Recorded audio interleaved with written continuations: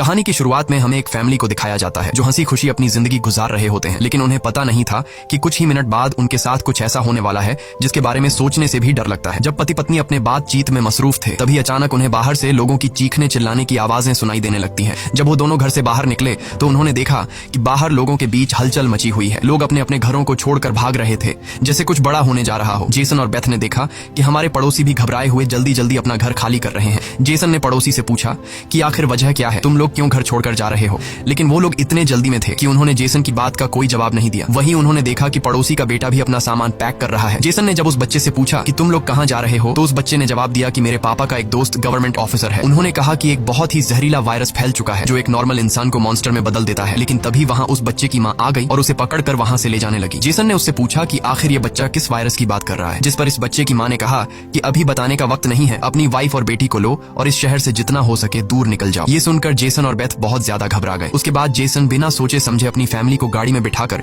शहर से बाहर ले जाने लगता है, मगर रास्ते में उन्होंने देखा कि जो पड़ोसी भाग रहे थे वो वापस लौट रहे हैं। ये देखकर उन्हें और भी अजीब लगने लगा। आगे जाकर ये लोग ट्रैफिक में फंस जाते हैं। जब जेसन और उसकी फैमिली गाड़ी से बाहर उतरे तो उन्होंने देखा कि शहर से बाहर निकलने वाला अकेला रास्ता पुलिस ने बंद कर दिया है। आसमान में यहाँ वहाँ हेलीकॉप्टर्स पहरा देने लगे। लोगों को बताया जाने लगा कि शहर में एक जहरीला वायरस फैल गया है और तुम लोगों को जल्दी से घर वापस लौटना चाहिए। ये बात सुनकर जेसन को कुछ अजीब लगा कि जब शहर में वायरस फैल गया है तो लोगों को शहर से बाहर निकालने के बजाय उन्हें शहर में ही क्यों रहने को कहा जा रहा है। तभी अचानक पास की पहाड़ से एक बड़ा सा पत्थर उनके कार पर आ गिरा। ये देखकर वो लोग बहुत ज्यादा घबरा गए। पहाड़ हिलने लगा। तभी उस पहाड़ के पीछे से दो मिलिट्री के फाइटर जेट्स निकलकर शहर की तरफ बढ़े। वो दो फाइटर जेट्स पूरे शहर पर बमों की बारिश करने लगे जिससे पूरा शहर राख में बदल गया। जेसन की वाइफ बेथ को फौरन समझ आ गया कि अगर वो पुलिस की बात मानकर घर लौट जाते तो उनका अंजाम बहुत बुरा होने वाला था। उसके बाद वो फाइटर जेट सड़क पर मौजूद लोगों की तरफ बढ़ने लगे। ये देखकर सभी लोगों में हलचल मच गई। अब सबको समझ आया कि गवर्नमेंट उन्हें मारना चाहती है। सभी अपनी जान बचाने के लिए यहाँ वहाँ भागने लगे, पर जेसन और बेथ को समझ आया कि वो कहीं भी भाग लें, वो फाइटर जेट्स उन्हें मारकर ही रहेंगे। तभी बेथ ने पीछे मुड़कर पहाड़ पर एक स्कूल देखा और उसे लगा कि बचने के लिए वो जगह बेहतर रहेगी। जिसके बाद जेसन बेथ और जोई को लेकर स्कूल की तरफ पहाड़ पर चढ़ने लगे। पीछे ब्रिज पर मौजूद लोगों पर